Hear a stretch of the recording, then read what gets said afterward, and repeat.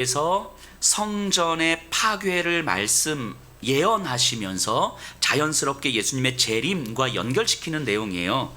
그러니까 예루살렘 성과 성전의 멸망하는 장면은 역사적 사건이기 때문에 오늘 잠시 역사적인 이야기를 조금 해야 되는데 어렵지 않으니까 잘 집중해서 들어주시면 좋겠습니다. 우리 일단 20절을 보면요, 21장 20절, 너희가 예루살렘이 군대들에게 에워싸이는 것을 보거든 그 멸망이 가까운 줄을 알라. 예루살렘 성이 군대, 이게 로마 군대죠. 로마 군대들에게 에워싸인, 로마 군대가 쳐들어오면 이제 이 성이 멸망하겠구나 라는 것을 이제 알아라, 이런 얘기를 하는 거예요. 지금 예수님께서 지금 요 말씀을 하시는 요 시점은 AD 한 30년경이에요. 30년. 그런데 유대 전쟁, 로마와 유대 사이에 전쟁이 일어나는데, 말이 전쟁이지 일방적인 학살일 거예요. 로마에 의한 학살인데 이게 AD 66년부터 70년까지 일어납니다. 한 4년 동안. 그리고 70년경에 예루살렘 성과 성전이 다 무너져요.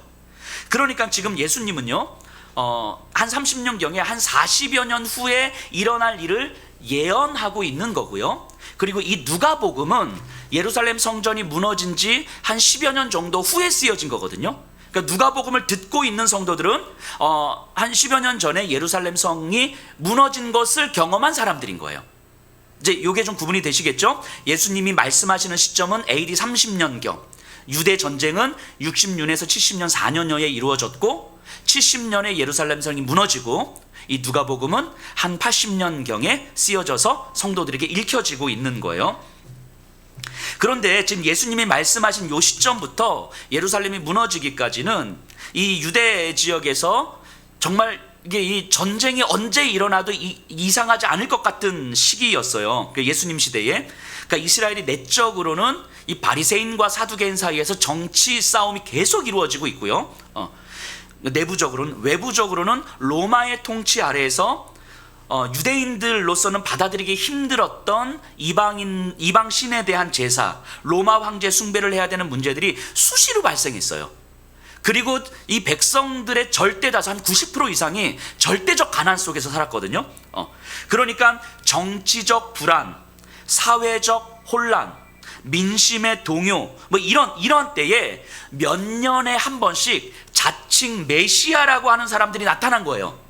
그래서 하나님의 성전이 이렇게 짓밟히고 있는데 우리가 이러고 있으면 됩니까? 우리가 힘을 모읍시다 라고 하니까 하나님이 우리를 도우실 것입니다. 그러니까 사람들이 안 그래도 불안하고 안 그래도 먹고 살 것이 걱정되는 사람들이 또 모이는 거죠. 그 사람 중심으로, 자칭 메시아를 중심으로 힘을 결집해서 로마에 대항하였고, 그리고 반란군으로 몰려서 다 처형당하고, 이런 일들이 계속 반복됐던 거예요. 지난주에 잠깐 말씀드렸는데 그래서 이 예수님께서 말씀하시는 거짓 선지자들의 두 가지 특징이 있다고 그랬죠. 거짓 선지자들의 두 가지 특징, 이 둘 중에 하나 걸리면 다 거짓 선지자라고 보시면 돼요. 첫 번째 특징이 뭐였습니까? 세력을 결집해서 싸우자라고 덤비는 거예요.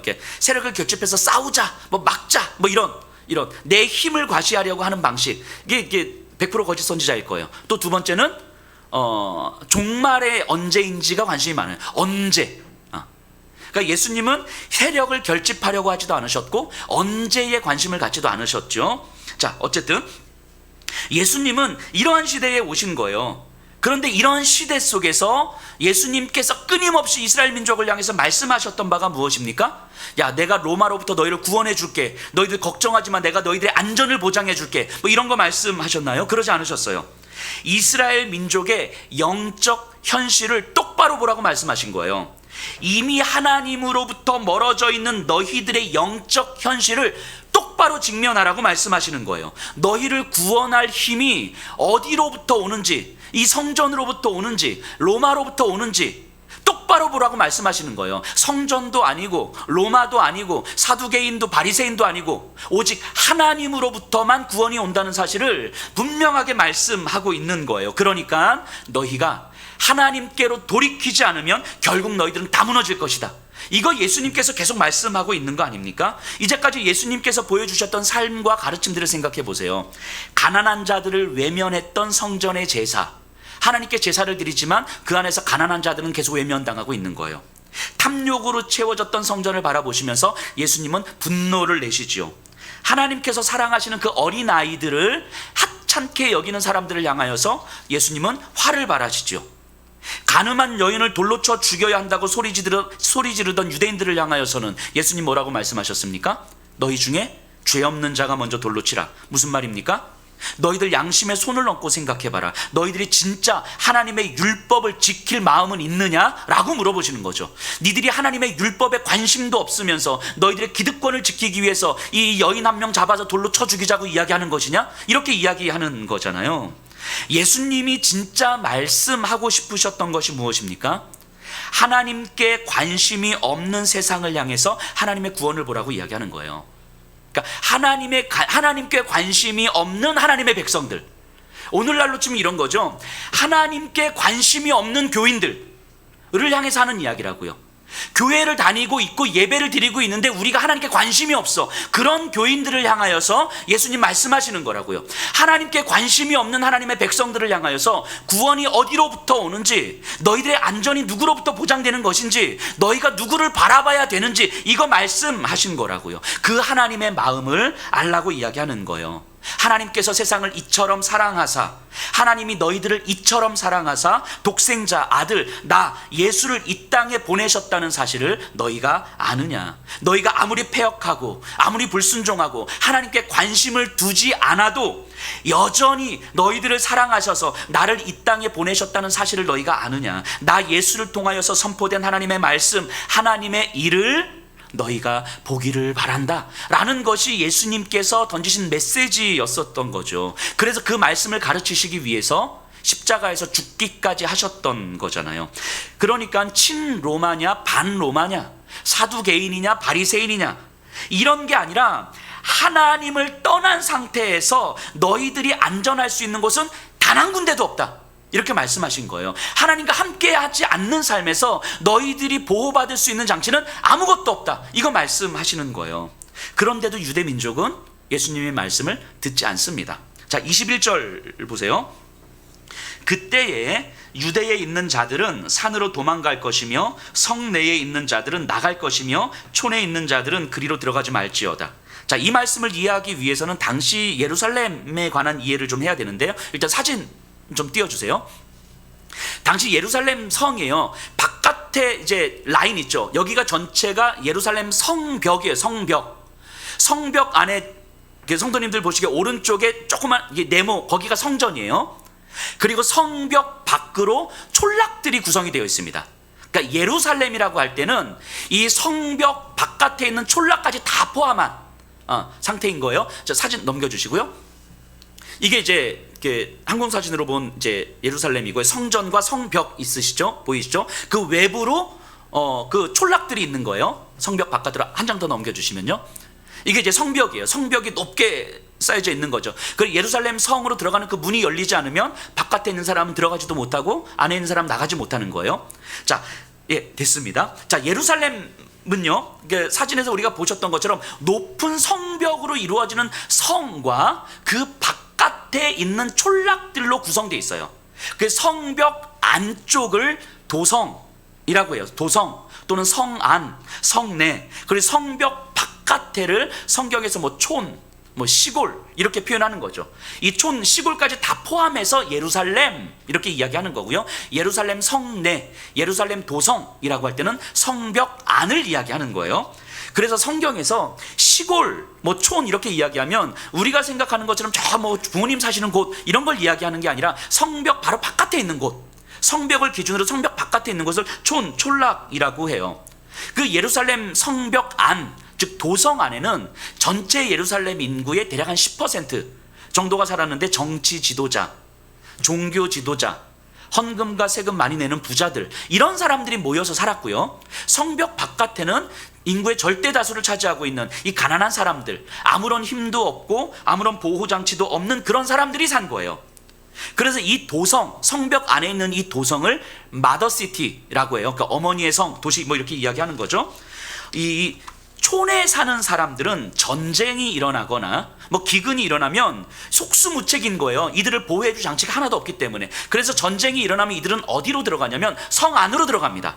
그리고 이 성 예루살렘 도성은 그 촌에 있는 예루살렘 지역 있는 촌에 있는 사람들을 도성으로 다 받아들이는 거예요. 그리고 이들을 보호하는 거예요. 그 전쟁, 기근이 일어나면 사람들은 도성으로 모였고 이 도성은 이들을 보호하는 역할을 한 거죠.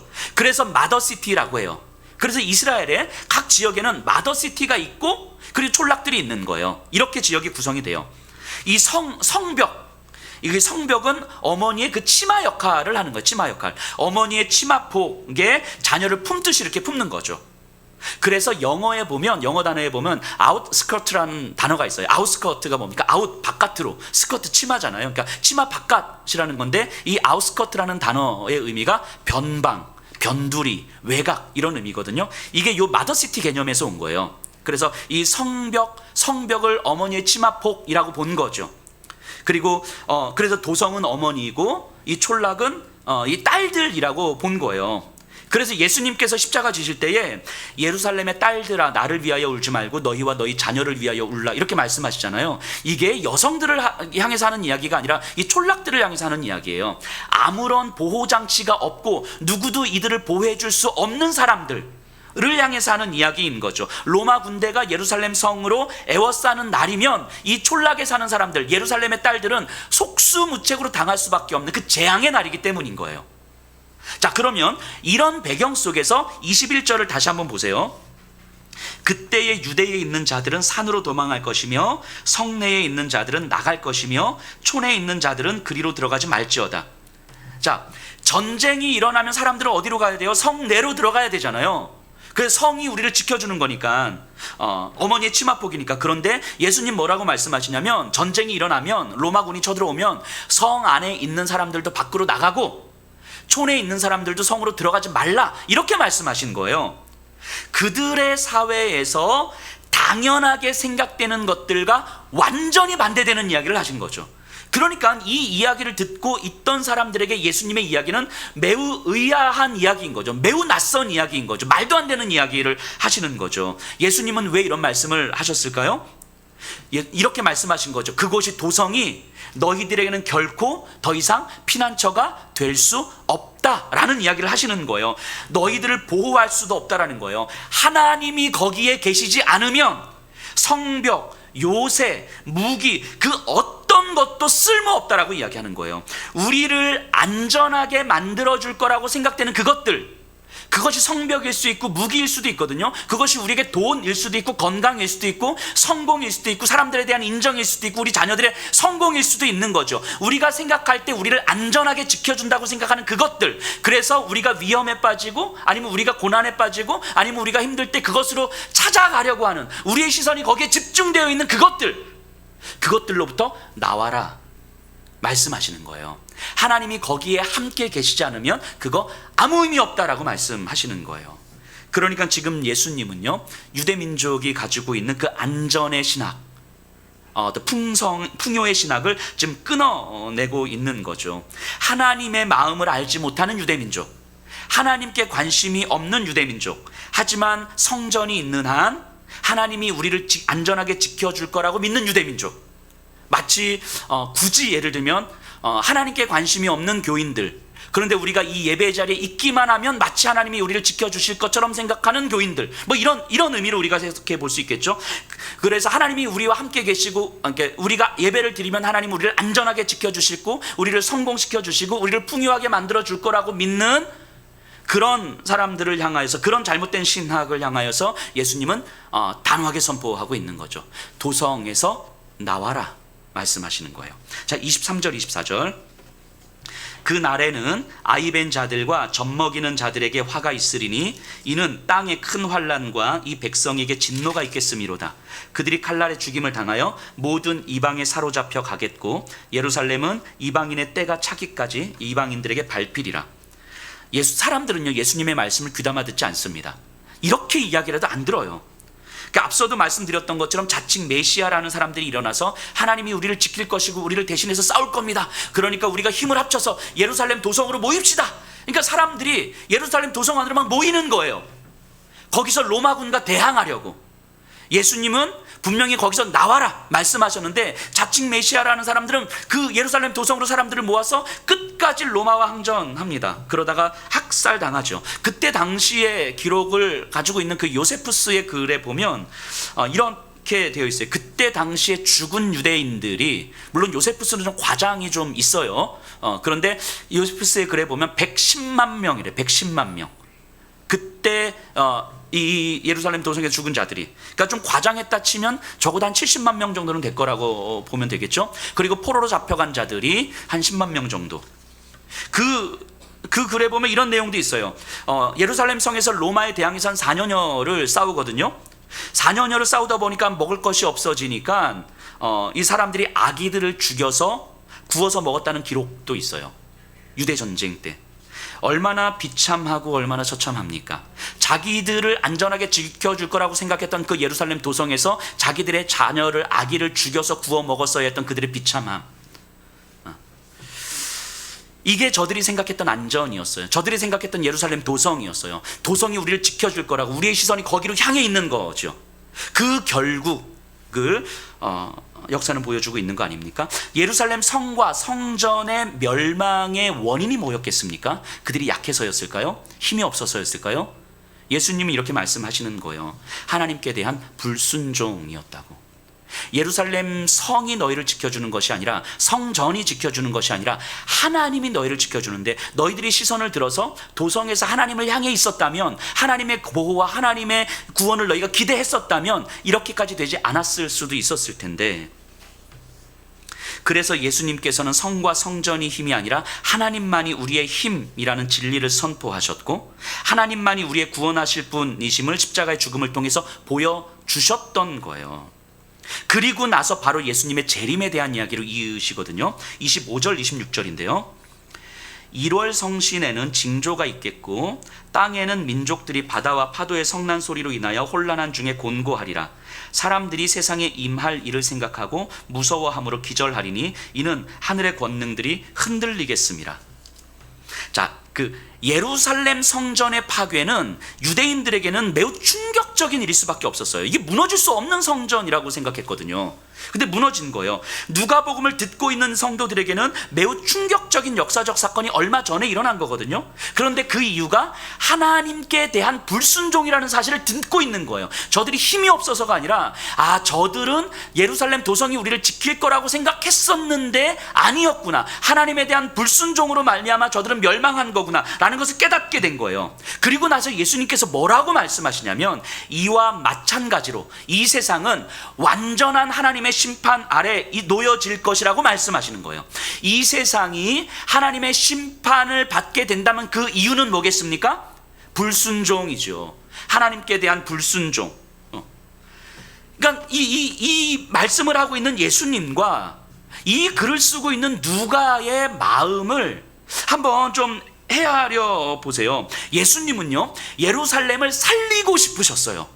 예루살렘의 딸들을 그 재앙으로부터 구하고 싶으셨어요. 그래서 그렇게 외치셨던 거예요. 계속해서 외치시고 자신의 목숨까지 던지셨잖아요. 그런데 안 들었어요, 이들이.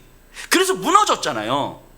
그리고 나서 또 말씀하시는데, 이제는 진짜 하나님의 심판이 남아있는데, 예루살렘 성전의 무너짐은 진짜 하나님의 심판에 대한 예고편인데, 그러면 이 예루살렘 성전을 보면서 진짜 하나님의 심판이 남아있는데, 그러면 이 심판 또한 하나님께 대한 불순종으로 인해 이루어질 심판일 텐데, 그러면 이제 우리가 예루살렘 성전의 멸망을 바라보면서 하나님의 심판을 바라볼 수 있는 눈이 있어야 되는 거 아니겠는가 라고 예수님은 지금 말씀하고 있는 거잖아요. 그게 언제일지 모르지만 이 세상에는 하나님의 그 일하심이 있을 거라고 이야기하는 거잖아요. 예루살렘의 멸망은 한 지역에 국한되어 있지만 하나님의 심판은 온 세상에 임할 거예요.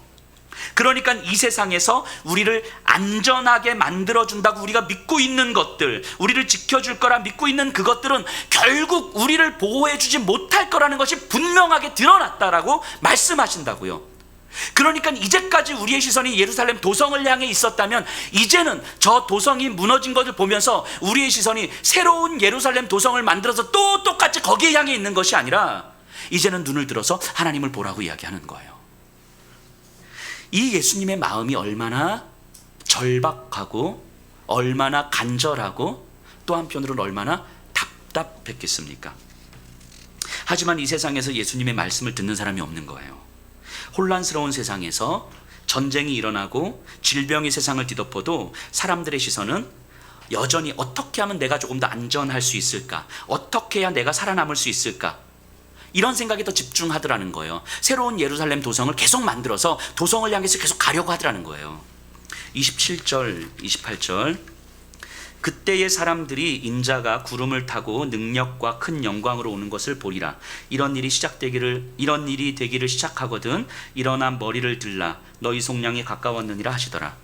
이런 본문을 읽으면서 주님 이제 곧 오시구나, 종말이 이제 곧이구나, 뭐 이렇게 연결시키면 안 될 것 같고, 주님께서 뭘 말씀하고 싶으신지를 선명하게 좀 들으셨으면 좋겠어요. 하나님은요 여전히 이 땅을 사랑하신다고 말씀하시는 거예요. 우리가 하나님의 심판으로부터 구원받기를 여전히 원하고 계시고 세상이 하나님께로 돌아오기를 여전히 기다리고 계신다는 거예요. 그래서 말씀하시는 거죠. 너희의 머리를 들라. 너희의 머리가 지금 예루살렘을 향해서 가고 있다면, 예루살렘 도성을 향해서 너희 시선이 향해 있다면 이제는 너희의 머리를 들어서 하늘을 보라고 이야기하는 거예요. 하나님을 보라고. 세상에 집중된 너희의 시선을 이제는 하나님을 향해서 들라. 하나님을 바라보게 되면 너희가 안전이라고 생각했던 모든 것들이 사실은 너희를 지켜주지 못한다는 것을 깨닫게 될 것이다 라고 말씀하시는 거예요. 너희가 머리를 들어서 하늘을 향해서 들면 하나님께서 여전히 예전에도 지금도 앞으로도 너희가 하나님께 관심이 없었고 너희가 하나님을 바라보지 못했고 너희가 하나님으로부터 멀어져 있었던 그 모든 순간에도 하나님은 너희를 향해서 손을 내밀고 있었다라는 사실을 너희가 보게 될 것이다. 그러니 이제는 너희가 머리를 들라 이렇게 말씀하시는 거예요.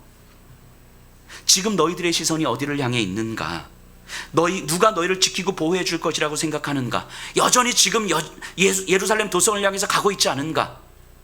계속 말씀하고 있는 거죠. 이 말씀은요 예수님께서 새롭게 하시는 말씀이 아니잖아요. 이제까지 하셨던 말씀이에요. 계속 쉼없이 하셨던 말씀이에요. 그런데 이 길 외에는 우리를 안전하게 지켜줄 길이 없으니까, 구원의 길이 없으니까, 이 길 외에도 다른 길이 있다면 하나님께서 우리에게 말씀하셨겠죠. 그래, 너희들 뭐 재테크도 좀 하고 뭐 이렇게 열심히 해서 안전하게 잘 살, 뭐 이렇게 말씀하셨겠죠. 근데 이 길 외에는 하나님과 함께 하지 않는 돈은 아무 의미가 없고, 하나님과 함께 하지 않는 성공은 아무 의미가 없고, 하나님의 마음을 품지 않는 안전은 아무 의미가 없다는 것이 너무너무 선명하니까. 그런데 우리의 시선이 하나님과 함께 있는 것에는 관심이 없고 여전히 내 안전과 내 성공과 내 평안함에 계속 집중되어 있으니까 하나님은 같은 말씀을 계속 하고 계시는 거 아닙니까? 이 길 외에는 방법이 없으니까. 이 듣지 않는 사람들을 향해서 이 말씀을 하실 수밖에 없으셨던 예수님의 마음이 얼마나 답답하셨을까, 한편으로 얼마나 간절하셨을까라는 생각을 좀 해보게 됩니다. 또 이 누가복음을 쓰고 있는 누가 또한 이 답답함과 간절함으로 이 글을 쓰고 있지 않을까요? 이 본문을 보면서 지난주 우리가 큐티했던 이 사무엘상의 본문들이 좀 다시 생각이 됐어요. 우리 지난주에 이제 사무엘상 1, 2, 3장을 이렇게 했잖아요. 당시 대제사장 엘리와 그의 두 아들 홈니와 비느하스가 성전의 제사장으로 있었어요. 이 제사장들이요 하나님께 드리는 제물 중에서 좋은 것들은 지들이 가져가, 그리고 성전에서 섬기는 여인들과 동침을 해요. 그러니까 뭐 종교 지도자들이 자신의 위력으로 성추행한 거죠. 성폭행한 거죠. 이거는요 성전에서 제사장으로 일할 수가 없어요. 죽어 마땅한 죄잖아요. 그런데 아버지인 엘리가 그의 두 아들을 부릅니다. 이렇게 말해요. 얘들아, 니들 그러지 마라. 니들에 대한 소문이 들리는데 그 나쁜 짓이다. 하나님 싫어하죠. 니들 앞으로 그러지 마. 이렇게 이야기하는 거예요. 엘리가 마치 이런 거하고 똑같죠. 목사가 교회 돈을 횡령했어. 그리고 목사의 어떤 지위를 이용해서 성추행을 했어. 근데 그런 목사를 놓고 목사님, 그거 별로 좋은 일 아니에요. 앞으로 그러지 마세요. 이런 거 똑같은 거예요. 당장 끌어내려. 제가 그랬다는 게 저를 이상한 눈으로 쳐다보지 마시고, 당장 끌어내려야 되는 거죠. 법적 책임을 물어야 되는 거잖아요. 그건 그냥 두면 안 되는 거예요. 그런데 엘리는 타이르고 있는 거예요. 왜 그랬을까요? 엘리 대제사장인 엘리가 그 아들들에게 왜 그랬을까요? 그들이 특별하게 잘못한 게 아니라 그 시대가 그랬기 때문이에요. 그 시대가 다 그랬어요. 그러니까 하나님께 죄를 짓고 있는데 모두가 그 정도 수준이니까 그게 특별한 죄인지 잘 모르는 거예요. 모두가 다 비슷하니까 이게 얼마나 심각한 하나님 앞에서의 죄인지 모르고 있는 거죠. 하나님이 이렇게 말씀하시거든요. 엘리 가문을 향해서 나를 멸시하는 자를 내가 경멸할 것이다. 아마도 이 엘리와 두 아들 홈리와 비느하스는 이렇게 반응했을 것 같아요. 하나님, 우리가 뭐 잘한 건 아니지만 그렇다고 해서 우리가 그렇게 하나님을 멸시하거나 그런 건 아니지 않습니까? 우리가 뭐 제사를 안 드렸습니까? 절기를 안 지켰습니까? 뭐 제물을 안 드렸습니까? 헌금을 안 했습니까? 우리가 그렇게 하나님을 멸시한 건 아니지 않습니까? 아마 이런 반응이지 않았을까요? 왜냐하면 그 정도만 해도 그 시대 그 수준에서는 그나마 괜찮은 거였을 테니까. 말라기 선지서에 보면 이런 내용이 명확하게 드러나죠. 하나님이 제사장들에게 너희가 나를 멸시하였도다 라고 말씀하시거든요. 그러자 제사장들이 뭐라고 이야기합니까? 하나님, 도대체 우리가 언제 하나님을 멸시했습니까? 이렇게 이야기하는 거예요. 하나님, 우리가 절기를 지켰어요, 안식일을 지켰어요, 제사를 지켰어요, 제물을 드렸어요, 헌금도 했어요. 도대체 우리가 언제 하나님을 멸시했다는 이야기입니까? 이렇게 이야기를 하는 거예요. 왜 이런 반응이 나올까요? 모두가 그랬으니까. 나만 그랬으면 이거 내가 진짜 잘못한 거구나 라고 생각하겠지만 그 시대는 모두가 그랬던 거예요. 모두가. 그러니까 자신들이 하나님께 얼마나 큰 죄를 짓고 있는지 모르고 있는 거예요. 그 영적 수준 속에서. 하나님은 이들을 바라보시면서 얼마나 답답하셨을까 생각을 해보게 됩니다. 얼마나 간절하셨을까. 예수님도 이런 마음 아니셨을까요? 그 시대가 그랬어요. 아무도 예수님의 말씀을 듣지 않습니다. 이런 상황을 보면서 오늘날 우리들의 모습을 다시 한번 좀 돌아보게 됐어요. 그러면서 이 머리를 들라는 말씀을 제 안에서 어떻게 받아들일 수 있을까를 좀 진지하게 깊이 고민을 했던 것 같아요. 그래서 제가 고민했던 이야기를 이 말씀에 비추어서 한번 좀 풀어보려고 하는데요. 이제 코로나가 좀 이제 풀어졌잖아요. 뭐 아직도 조심하긴 해야 되지만, 근데 이 시점에 우리가 정말 진지하게 고민해야 되는 건 뭐냐면 우리의 영적 상태를 정말 점검하고 영적으로 각성해야 된다는 거예요. 우리가 2년이라는 시간은 결국 짧은 시간이 아닌데 이 시간 동안 우리에게 익숙해져 있던 신앙의 패턴과 흐름들을 그냥 그대로 가져가는 건 좀 안 되는 거죠. 뭔가 우리의 영적인 상태를 진지하게 점검해보고 정말 각성해야 되는 시간이 좀 우리에게 필요하겠다는 생각을 해봅니다. 이런 생각들을 해봐요. 우리가 지금도 마찬가지인데 예배를 우리가 여기서 드리지만 또 영상으로도 드리잖아요. 온라인 송출을 하잖아요. 예배를 영상으로 송출하는 이유가 뭡니까? 교회에서 공동체와 함께 예배를 드리고 싶지만 불가피하게 예배를 드릴 수 없는 분들을 위해서 영상으로 송출하는 거잖아요.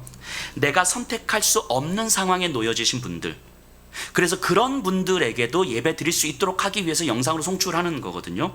코로나라는 불가피한 상황 속에서 우리가 함께 모일 수 없는 그런 상황 속에서 사회를 살리고, 그럼에도 불구하고 우리 성도님들에게 예배를 드리도록 하기 위해서 교회가 취했던 적극적인 방식이 영상 예배였어요. 그러니까 온라인 예배는, 영상 예배는 교회가 취할 수 있었던 가장 적극적인 방식이었다고요. 물론 지금도 코로나의 여파가 있어서 조금은 조심할 필요가 있어요. 그런데 교회가 취할 수 있었던 적극적인 어떤 예배였던 이 영상 예배가 어느 순간 우리에게는 다른 의미로 들어오고 있는 건 아닌지 진지하게 한번 돌아볼 필요가 있습니다. 우리가 분명히 생각해야 되는 건요, 이 성도님들을 조금 더 편안하게 예배드리도록 하기 위해서 영상 송출하는 거 아니에요. 성도님들이 하고 싶은 일 다 하고 나서 그리고 그냥 시간 남을 때 예배 드려도 되지 라고 해서 영상 예배 송출하는 거 아니라고요. 영상 예배는 그런 의미로 드리는 게 아니에요. 불가피하게 예배는 드리고 싶지만 그럴 수 없는 상황에 놓여지신 분들에게 예배 드릴 수 있도록 만드는 교회의 적극적 조치인 거예요. 그런데 그런 교회의 적극적 대응이었던 이 영상 예배가 때로는 우리 성도님들을 영적으로 더 게으르게 만들고 있는 것은 아닌지 저는 심각하게 고민이 될 때가 있어요. 코로나 전을 우리가 한번 생각해 보세요. 이게 신앙생활을 좀 오래 하셨다는 분들에게 주일 예배 드리는 건 사실은 고민거리가 아니었죠. 드릴까 말까 이런 고민 자체 안 하셨잖아요. 주일이 되면 교회 오는 거예요. 물론 이 예배 드리는 형식 자체가 중요하다 이렇게 말씀드리는 건 아닌데 그냥 우리의 마음의 예배에 대한 우리의 태도를 좀 보시라는 거예요. 웬만한 급한 일은 주일 오후나 저녁 때 했지 주일 낮에 안 잡았을 거예요. 코로나 전에 우리 모습들을 생각해 보면요. 불가피한 경우들이 있죠. 예배를 빠질 수밖에 없는 경우들이 있죠. 뭐 부모님 댁에 가시거나 일을 해야 되거나 뭐 등등등. 뭐 그런 경우들이 있지만 우리들을 돌아보면 1년을 통해서 그런 일들이 그렇게 많진 않았을 것 같아요. 그런데 이제는 주일 예배 드리는 게 고민이 돼요. 교회 오는 게 고민이 돼요. 조금 급한 일 있으면 그냥 예배 드리지 않고 일 처리하는 거죠. 그리고 저녁에 드리면 되니까, 내일 드리면 되니까. 불가피하게 영상으로 예배 드릴 수 있죠. 그러면 주일 저녁이든 평일이든 하나님을 만나는 시간으로 여기면서 몸과 마음을 모아서 예배 드리는 게 마땅하잖아요. 초대교회도요, 일요일날 예배 안 드리는 사람들 되게 많았어요. 노예들 같은 경우는 일요일도 일을 했어야 됐기 때문에 평일날 화요일이든 수요일날 모여서 예배 드렸거든요. 그들도. 근데 그들도 모여서 정말 주일에 공동체가 예배 드리는 것처럼 똑같이 예배를 드리는 거예요. 그러니까 주일이냐 수요일이냐 목요일이냐가 중요한 게 아니라 어떤 형식이냐가 중요한 게 아니라 예배를 대하는 우리의 태도를 보라는 거예요. 그래서 몸과 마음을 모아서 가정에서 영상을 틀어놓고 예배를 드리는데, 그런데 영상으로 예배를 드리니까 이 집중하기가 어렵잖아요. 그러니까 어떻게 해서든 교회에서 예배 드리기를 사모하는 거잖아요. 그래도 안 되니까 할 수 있는 한 최선을 다해서 집에서 예배 드리는데, 그런데 우리들의 실제는 어떻습니까? 우리 예수평화교회 성도님들은 안 그러실 거라고 생각하지만 영상 예배 틀어놓고 내 할 일 다 하고, 뭐 누워서 예배 드리고, 예배 드리다가 간식 먹고, 예배 드리다 전화 오면 전화 받고, 카톡 다 주고받고, 그러다 일 생기면 저녁에 드리면 되고, 오늘 아니면 내일 드리면 되고. 정말 우리가 양심에 손을 얹고 생각해 보세요. 이거 예배입니까? 이게 예배예요? 우리가 2시간짜리 영화를 가려면 해도 2시간 동안 집중하잖아요. 우리가 예배를 드릴 때 제가 보니까 저희 예배 총 러닝타임이 한 1시간 4, 50분 되더라고요. 이 1시간 4, 50분도 우리가 왔다 갔다 하고, 좀 영화 관람하는 것보다 더 못한 방식으로 예배를 대하는 것이 진짜 예배일까라는 생각을 좀 해보게 됩니다. 그런데 문제는 뭐냐면 나만 그러면 내가 이거 심각한 문제가 있구나라고 생각하는데, 나만 그런 게 아니라 다 그렇다는 거예요. 이 세상은 다 비슷하더라는 거예요. 그러니까 이렇게 예배를 드리는 것이 얼마나 심각한 문제인지를 깨닫지 못하는 거예요. 이미 우리 안에 그렇게 뭐 누워서 예배 드리고, 뭐 예배 드려도 전화 받고, 극장에서 전화 받으러 안 나가시잖아요, 그죠? 이게 이미 우리 안에 예배가 무너져 있다는 것을 드러내고 있는 것인데, 내 안에 예배가 무너져 있다는 사실을 모르는 거예요. 다 그러니까. 예배는 더 이상 우리의 삶의 중심도 아니고 우리의 삶에 전혀 중요하지도 않아요. 내 삶에서 가장 우선순위에서 밀려나고 있는 것 같은 거죠. 그러다 안 드리면 그만이고. 이미 우리 안에 영적으로 무너져 있는 거예요. 이미 예배가 무너져 있는 거라고요. 예배를 대하는 태도가 이미 우리에게는 없는 거예요. 그런데 이게 얼마나 심각한 문제인지 모르고 있는 거예요. 다 그러니까. 비단 영상 예배뿐만이 아니죠. 대면 예배를 드려도 마찬가지예요. 영상 예배를 드리는 것보다 내가 교회 와서 드리니까 내가 더 낫지 라는 생각을 하는 시대 아닙니까? 이 예배를 교회 와서 드릴 거냐 영상으로 드릴게 이런 얘기하는 거 아니에요. 어떤 형식을 가지고 예배 드릴 거냐 이런 얘기하는 거 아니에요. 예배가 우리에게 어떤 의미가 있는지에 대한 질문을 던지는 거예요. 예배가 뭡니까? 예배가 우리에게 하나님과의 만남이 가장 가치 있는 삶입니다라는 고백을 하는 게 예배잖아요. 하나님과의 만남, 내가 돈을 버는 것보다, 내가 성공하는 것보다, 내가 조금 더 안전한 것보다, 내가 좀 더 즐기는 것보다 하나님과의 만남이 나에게 가장 가치 있는 삶입니다. 이것을 고백하는 시간이 예배인 거잖아요. 그래서 믿음이 아직 연약하신 분들은, 아직 초신자분들은 이런 것들이 강요될 수가 없는 거죠. 아직까지 하나님과의 만남이 가치 있는 삶이라고 고백이 안 되는 분들은. 그런데 적어도 신앙생활을 5년 이상 했다, 10년 이상 했다 하시는 분들에게 있어서는 하나님과의 만남이 내 삶에 가장 가치 있는 시간입니다. 내 삶을 가장 가치 있게 만드는 것입니다 라는 고백을 하는 분들이잖아요. 그렇기 때문에 우리가 일상을 살아가면서, 가정이든 직장이든 학교든 어디든 일상을 살아가면서 내가 어떻게 하나님과의 만남을, 하나님과의 가치로, 하나님의 말씀으로 내 삶을 살아갈 것인가를 갈망하고 싶은데 안 되는 거잖아요. 우리 일상을 살다 보면. 그러니까 모여서 예배를 드리는 거라고요. 예배를 통해서 찬양을 하고, 예배를 통해서 기도를 하고, 예배를 통해서 말씀을 들으면서 정말 하나님께서 이런 마음이시구나, 이 말씀으로 내가 또 한 주간을 어떻게 살아가야 되지? 내 시선은 여전히 세상에 집중되어 있고 내 안전과 불안에 집중되어 있지만 하나님의 말씀이 내 현실을 어떻게 넘어서고 이기게 할 수 있지? 이것을 소망하다가 또 현실 속에서 무너지고 넘어지고 또 현실에 분주하게 집중해서 살아가는 우리를 보면서 그래서 또다시 예배를 사모하고 예배 가운데 하나님의 말씀을 듣고 하나님과의 만남의 가치를 사모하게 되는 거잖아요. 그게 예배잖아요. 그래서 와서 드리든 집에서 드리든 그 예배를 우리의 삶 속에서 계속 세워가야 되는 거잖아요. 이게 예배를 대하는 우리의 태도잖아요. 그래서 우리 안에 예배가 무너지기 시작하면 하나님과의 만남을 갈망하는 것이 없어지는 거예요. 예배가 무너지면. 그런데 예배가 제대로 드려지지 않으니까 말씀이 이끄는 삶을 경험할 수가 없어요. 말씀이 지금 내 상황을 어떻게 이겨낼 수 있는지를 경험할 수가 없어요. 지금 내 감정 하나를 어떻게 이겨낼 수 있는지 경험할 수가 없는 거예요. 내 삶에 조그만 일이 터지고 어떤 감정 상하는 일이 있으면 이게 그냥 전부가 돼버리는 거예요. 말씀으로 이 상황을 어떻게 이기고 넘어갈 수 있는지에 대한 경험과 갈망이 없어지는 거예요. 이 세상 권세를 다 깨뜨리시고 십자가에 죽으시고 부활하셨던 예수님의 그 복음의 능력이라고 하는 것이 우리에게는 먼 이야기가 되는 거예요. 내 이야기는 아닌 거예요. 나는 그저 내 시선은 예루살렘 도성에 두면서 여전히 살아가면 되는 거죠. 왜요? 예배가 제대로 드려지지 않으니까 우리 안에 하나님과의 만남을 갈망함이 없어지는 거죠. 그런데도 이런 영적 상태가 얼마나 심각한지 모르고 있는 거예요. 다 그러니까 주변을 둘러봐도 다 그러니까 심지어 목사도 그런 것 같고 중직자들도 그런 것 같대. 신앙생활 30년 40년 하신 분들도 나와 별반 다르지 않는 것 같대. 그러니까 내 지금 상태가 얼마나 영적으로 심각한 상태인지, 얼마나 내 안에 영적으로 무너져 있는 것인지, 얼마나 하나님으로부터 내가 멀어져 있는 것인지, 진짜 내가 하나님께 관심을 전혀 두지 않고 있구나 라고 하는 것이 얼마나 하나님 앞에 큰 죄인지를 우리가 전혀 모르고 살아가고 있는 거예요. 어쩌면 이게 이 시대의 문제일 수도 있겠다는 생각이 듭니다. 그렇게 영적으로 무너진 시대 안에서 지금 우리가 살아가고 있는 거예요. 마치 엘리 제사장과 그의 아들들의 시대처럼. 제가 이 설교를 준비하면서 이런 시대와 이런 시대를 살아가는 그리스도인들을 향한 이 답답함과 간절함 사이에서 정말 제가 어쩔 줄 몰라 하더라고요. 제가 설교를 준비하면서 제 마음이 어쩔 줄 몰라 하는 거예요. 이 주체가 안 되는 거예요.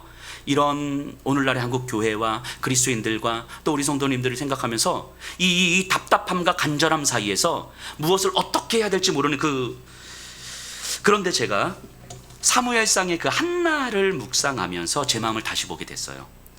예수님이 말씀하신 이 머리를 들라 라는 의미를 한나를 보면서 다시 알게 됐어요.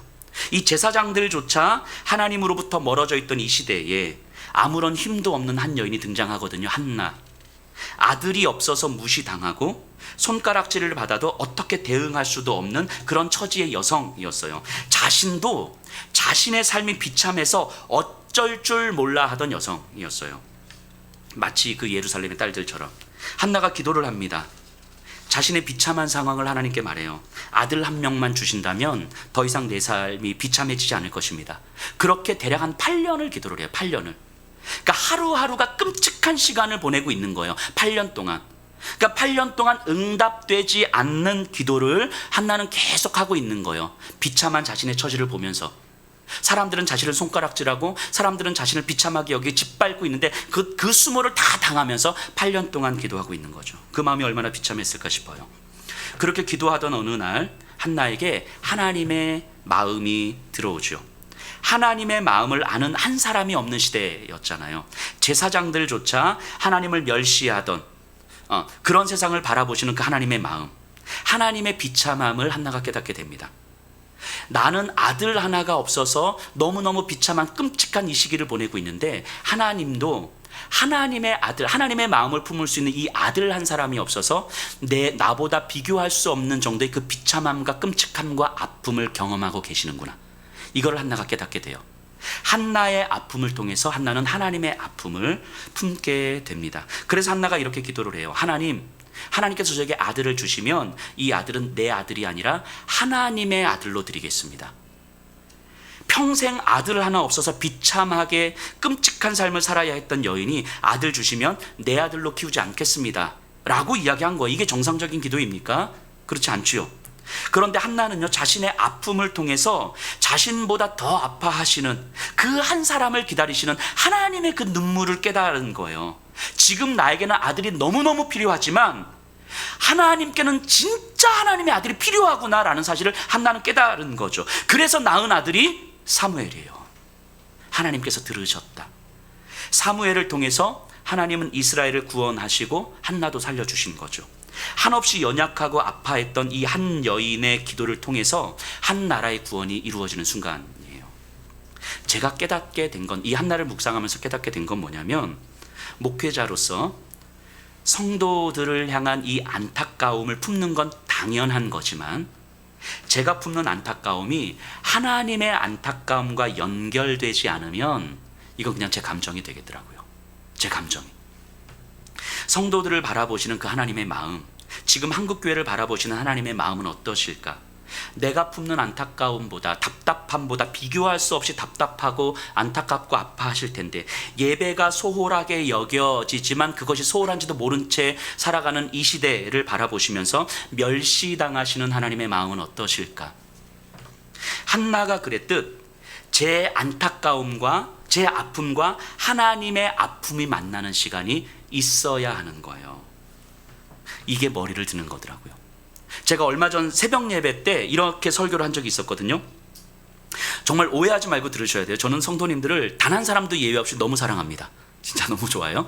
자, 근데 새벽 설교 때 제가 뭐라고 얘기했냐면, 제가 이렇게 누군가를 상담하고 이렇게 만나고 오면 답답함이 여기까지 차오를 때가 가끔씩 있어요. 진짜 가끔씩 답답함이 여기까지 차오르는 거예요. 그럼 이제 만나고 오면 제가 이제 교회 와서 기도를 하는데, 기도를 하면서 제가 이런 기도를 해요. 하나님, 도대체 내가 더 이상 뭘 어떻게 해야 됩니까? 여기서 뭘 어떻게, 뭐 졸졸졸 24시간 쫓아다녀야 되는 겁니까? 하나님, 도대체 내가 여기서 어떻게 해요? 제가 할 수 있는 게 아무것도 없는 것 같아요. 뭐 이렇게 막 탄식하듯이 막 기도를 해요, 제가. 그러다가 기도가 20분이 지나고 30분이 지나고 40분이 지나가면서 어느 순간 제가 이렇게 기도를 하고 있더라고요. 하나님은 저분을 여전히 사랑하고 계시는데, 여전히 동일한 사랑으로 사랑하고 계시는데, 저분을 향한 하나님의 사랑을 내가 어떻게 더 깊이 품을 수 있을까요? 제 감정에 충실하다가, 그 답답해서 죽을 것 같다가, 그래서 이걸 손을 놔야 되나 말아야 되나 고민하다가 기도를 계속하는 가운데, 저분을 향한 하나님의 사랑은 여전히 동일하시고 이전에도 지금도 앞으로도 여전히 동일하시는데, 그럼 하나님, 내가 무엇을 어떻게 해야 되는 것이 아니라 저분을 향한 하나님의 사랑을 내가 어떻게 더 깊이 품을 수 있을까요? 제 기도가 어느 순간 이렇게 되고 있더라고요. 그렇게 주님의 마음으로 내 안에 조금씩 태워지고 다스려지면 또 한 번 손 내밀게 되는 거죠. 또 한 번 그 영혼을 향해서 한 걸음씩 한 걸음씩 가는 거죠. 저도 그냥 이렇게 목회하는 거예요. 제가 뭐 잘해서 막 성큼성큼 나가는 것이 아니라 이렇게 하루하루 꾸역꾸역 나가고 있는 거예요. 근데 그 새벽 설교하고 나서 그날 오후에 우리 집사님 중에 한 분이 장문의 카톡이 왔어요. 장문의 카톡이 와서 저한테 이렇게 말씀하시더라고요. 목사님, 제 이야기 하신 거죠? 저를 보시니까 너무 답답하신 거죠? 지금 고개 푹 숙이고 계시는데, 자, 저를 보시면서 답답하신 거죠? 뭐 이렇게 장문의 카톡이 왔어요. 그러면서 뭐 결론은 뭐 제 말씀 앞에 잘하겠습니다, 뭐 이런 내용이에요. 뭐 특정 누군가를 향해서 한 이야기는 아니었어요. 근데 제가 봐도 제가 참 약한 거예요. 저도 인내심이 사실은 별로 없더라고요. 그러니까 주변을 돌아보면서 다른 목회자들 어떻게 하지? 그 정도 수준에서 내가 조금 더 하면 되는 거 아닌가? 뭐 이런 생각들을 하게 될 때가 꽤 많이 있어요. 그러다가도 기도를 하다 보면 주님의 마음으로 다시 기도하고 있는 저를 보게 되는 거예요. 그래서 분명하게 제가 깨닫게 되는 건 뭐냐면, 내가 할 수 있는 것이 아닌데 주님의 마음으로 나를 채워주시니까 그냥 또 한 걸음 내딛는 거예요. 그냥 2걸음 3걸음 앞을 내가 못 내다보는 거예요. 그럴 자신이 없는 거죠. 그냥 이 주님 주시는 마음으로 또 한 걸음 걷고 또 한 걸음 걷는 거예요. 이게 머리를 드는 거예요. 이게 한나의 아픔을 통해서 하나님이 아픔이 깨달아지는 은혜가 머리를 드는 거예요. 저의 안타까움으로 끝나지 않고 하나님의 안타까움이 깨달아지는 은혜가 머리를 드는 거예요. 내가 무언가를 잘해서가 아니라 나도 내 감정에 빠져서 어쩔 수 없고 나도 내 현실에서 헤어나올 수 없을 정도로 힘들고 아픈데, 그래서 이 시대 대부분의 사람들이 이 정도 수준의 삶을 살아가는데, 그런데 나의 힘겨움 속에서 하나님의 아픔을 알게 하실 때, 그때 우리는 머리를 들게 되는 거죠. 저는 제가 우리 성도님들을 위해서 매일 기도하거든요. 매일 한 분 한 분 매일 이름 불러가면서 기도하거든요. 그런데요, 저는 제가 이렇게 기도를 해서 우리 성도님들의 삶이 변할 거라고 기대하지 않습니다. 성도님들을 무시해서가 아니라 제 이야기를 하는 거예요.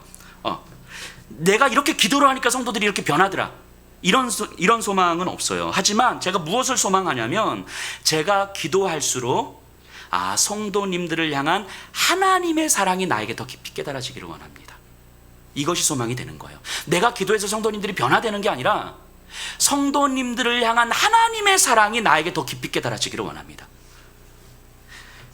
그래서 저는 묵묵히 이 자리를 지키면서 안 되고 힘들고 때론 답답하고 때론 안타깝고 때론 간절함이 있지만 묵묵히 이 자리를 지키면서 성도님들에게 하나님의 사랑을 알려주는 역할을 하면 되는 거죠. 성도님들을 향한 하나님의 사랑은 여전히 변함없으실 것이고, 성도님들을 향해서 하나님은 여전히 하나님의 일을 하실 거거든요. 그것은 제가 개입할 수 있는 문제가 아니더라는 거예요. 제가 뭔가 할 수 있는 문제가 아닌 거예요. 하나님은 여러분들을 향한 하나님은 여전히 하나님 일을 하실 거예요. 단지 저는 여러분들에게 끝까지 하나님께서 그러하셨던 것처럼 끝까지 하나님께서 여러분들을 얼마나 사랑하시는지를 알려주는 역할을 하면 되는 건데, 때로는 내 인내심의 한계가 오고 내가 답답하면 그게 안 되더라는 거예요. 그래서 기도하면서 하나님께 소망하는 거예요. 하나님, 내 감정이 아니라, 내 답답함이 아니라 성도님들을 향한 그 하나님의 사랑이 나에게 조금 더 깊이 깨달아지게 해주십시오. 조금 더 깊이 깨달아지게 해주십시오. 이것이 저에게 머리를 드는 거예요. 제가 만약 머리를 들지 못하면, 이렇게 기도하면서 하나님 앞에 머리를 들지 못하면 아마도 저는 성도님들을 닥달할 것이고 소리 지를 것이고, 그러면 나도 힘들고 성도님들도 힘들고, 그러다 어느 순간 에이 못하겠다. 그런데요, 하나님이 분명히 말씀하시는 거예요. 그게 제가 바라보는 예루살렘 도성 아니겠습니까? 내 감정과 내 자존심을 지키겠다는 예루살렘 도성 아니겠습니까? 하나님은 저에게 머리를 들라 말씀하시는 거예요. 머리를 들라. 제가 머리를 들게 되면 묵묵히 인내하면서 내 자리를 지키는 거예요.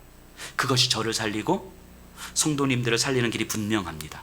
그래서 또 하루 하나님 앞에 좀 무릎 꿇으면서 하나님을 향해서 내 머리를 들기를 간절히 소망하는 거예요. 이런 시간들이 저에게 없으면 저도 여전히 예루살렘 도성을 향해서 눈을 두고 있는 거죠. 내 여환옥이라는 목사의 아성을 쌓으려고 여전히 내 시선을 집중하게 되는 거죠. 그러면 나도 망하고 교회도 망하는 거 아닙니까? 여러분들도 마찬가지입니다. 머리를 드셔야죠. 머리를 드셔야죠. 여러분들의 아픔과 상처, 힘겨움이 그대로 끝나지 않기를 기도하셔야 돼요. 여러분들의 시간이 하나님의 아픔과 연결될 때에, 여러분들의 상처가 하나님의 상처와 연결될 때, 여러분들의 기도는 하나님의 기도가 되는 거예요. 여러분들을 향한 하나님의 응답은 이 시대를 향한 하나님의 응답이 되는 거예요. 이게 머리를 드는 거예요. 그렇기 때문에 여러분들의 상처와 아픔과 연약함들은 여러분들에게 새겨지는 하나님의 흔적이 되는 거예요. 저도 하루하루 자신할 수 없어서 이 머리를 들기를 소망하면서 살아가요. 하나님의 아픔을 제 아픔에 새기기를 간절히 소망하면서 살아가요. 그래서 그 내일을 저도 장담할 수가 없는 거예요. 5년 후 10년 후 제가 어떻게 될지를 제가 장담할 수가 없는 거예요. 오늘 하루 제가 하나님 앞에 머리를 들기를 소망하면서 그저 한 걸음 가는 거예요.